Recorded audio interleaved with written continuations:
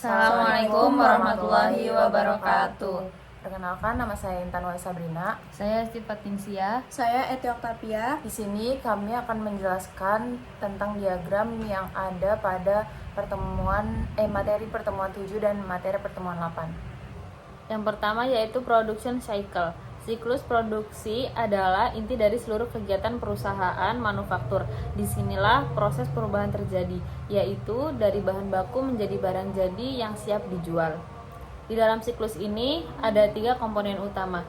Yang pertama yaitu bahan baku, yang kedua tenaga kerja, yang ketiga biaya overhead. Prosesnya, yang pertama, produksi dimulai berdasarkan permintaan. Yang kedua, bahan baku digunakan dan diolah oleh tenaga kerja. Yang ketiga, selama proses muncul biaya-biaya. Yang keempat, hasil akhirnya adalah barang jadi. Jadi, produksi bukan hanya membuat barang, tapi juga menggabungkan semua sumber daya menjadi produk yang punya nilai jual. Yang kedua yaitu revenue cycle. Pendapatan hubungan dengan pasar.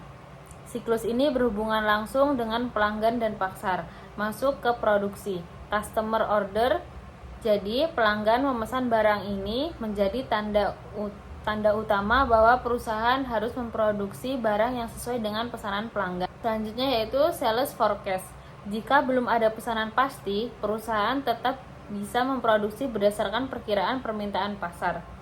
Keluar dari produksi yaitu ada finished good. Barang yang sudah selesai diproduksi dikirim ke bagian penjualan untuk dijual ke pelanggan. Jadi hasil produksi diserahkan ke bagian penjualan untuk menghasilkan pendapatan. Yang ketiga yaitu expenditure cycle. Siklus ini bertugas menyediakan semua kebutuhan produksi, terutama bahan baku dan biaya operasional. Dari produksi ke expenditure. Dari produksi expenditure yaitu ada purchase requisition. Selanjutnya produksi mengirim permintaan saat stok bahan habis, butuh alat tambahan, perlu biaya operasional. Dari expenditure ke produksi yaitu ada raw materials seperti bahan yang dibeli lalu dikirim ke produksi, overhead seperti listrik, perawatan mesin dan lain-lain. Jadi bagian pembelian menyediakan semua yang dibutuhkan produksi. Yang keempat yaitu human resources atau payroll cycle. Siklus ini mengelola sumber daya manusia dari produksi ke HR. Dari produksi ke HR ada labor needs. Produksi menentukan beberapa orang yang dibutuhkan, keahlian apa aja yang diperlukan. Dari HR ke produksi ada labor cost. HR menyediakan tenaga kerja dan menghitung gaji mereka. Yang kelima yaitu ada general ledger dan reporting system. Dari produksi ke akuntansi ada cost of good.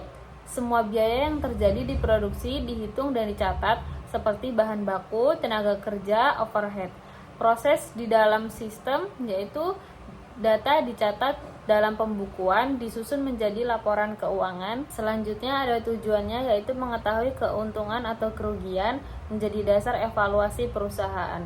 Yang keenam yaitu manajemen. Manajemen menggunakan informasi dari semua siklus untuk mengendalikan perusahaan.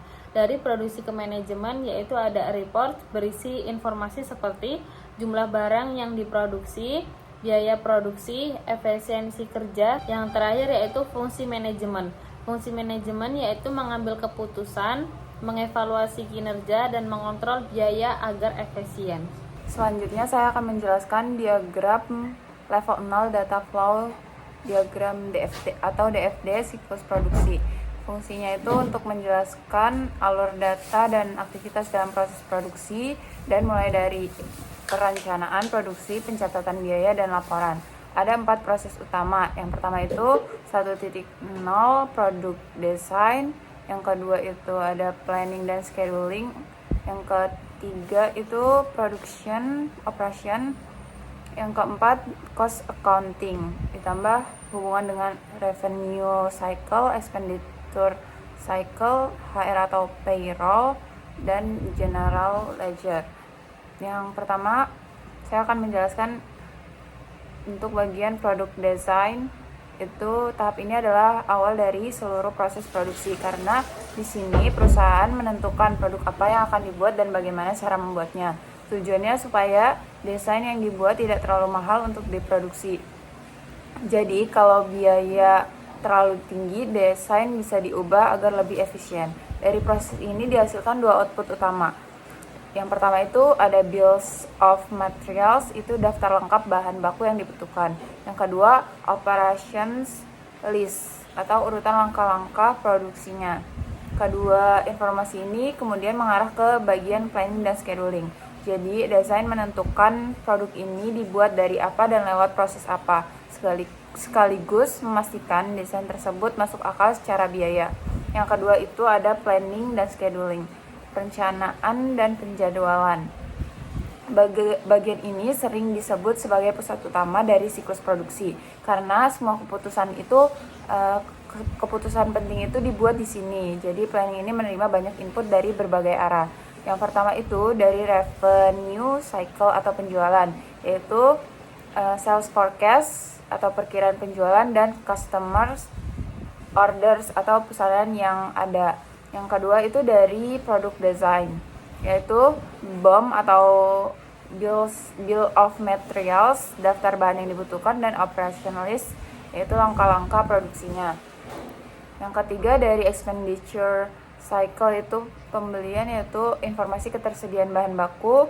Dan yang keempat dari HR atau payroll, yaitu ketersediaan tenaga kerja. Setelah semua informasi dikumpulkan, bagian ini mengambil keputusan untuk berapa banyak produk yang harus dibuat, kapan produksinya dimulai, bahan apa saja yang perlu disiapkan, dan berapa banyak tenaga kerja yang dibutuhkan. Lalu menghasilkan beberapa output penting. Yang pertama, production orders, itu perintah resmi untuk memulai produksi. Yang kedua, material requisition, itu permintaan bahan ke gudang. Yang ketiga, purchase requisition, permintaan pembelian bahan jika stok kurang. Dan yang keempat, labor needs, kebutuhan tenaga kerja.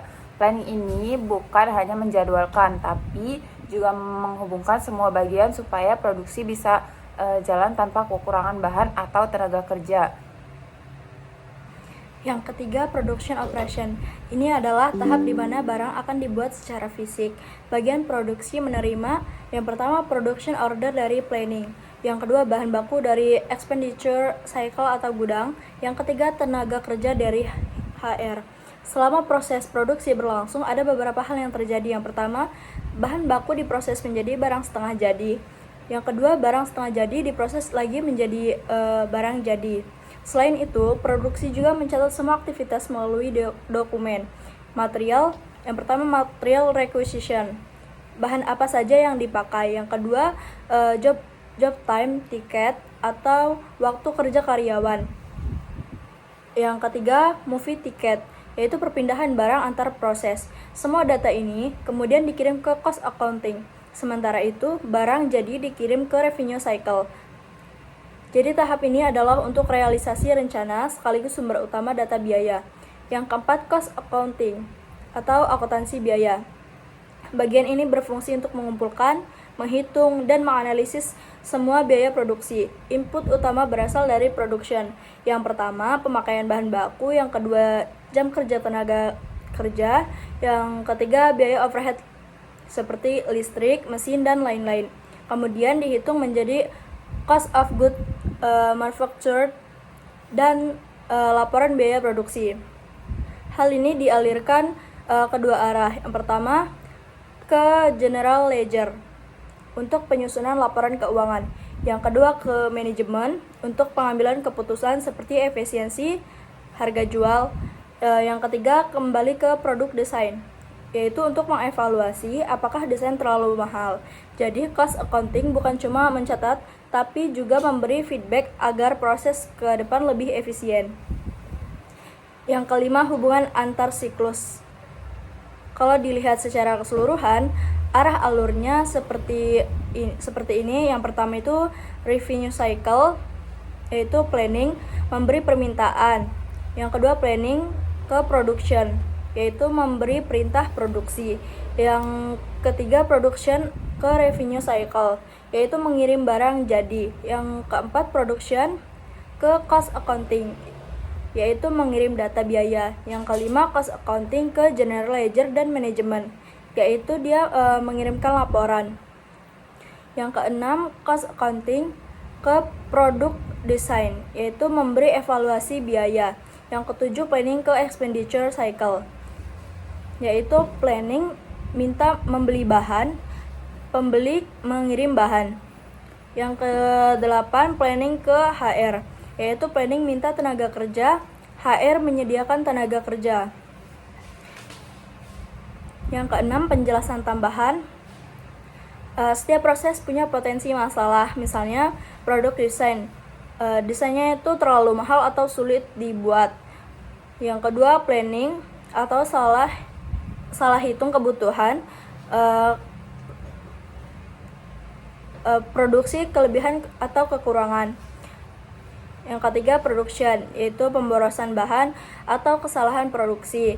Yang keempat, cost accounting, atau dia salah menghitung biaya, jadi laporannya itu tidak akurat. Makanya diperlukan pengendalian internal di tiap tahap. Sekian dari Penjelasan kami. dari kami akhiri. Wassalamualaikum warahmatullahi wabarakatuh.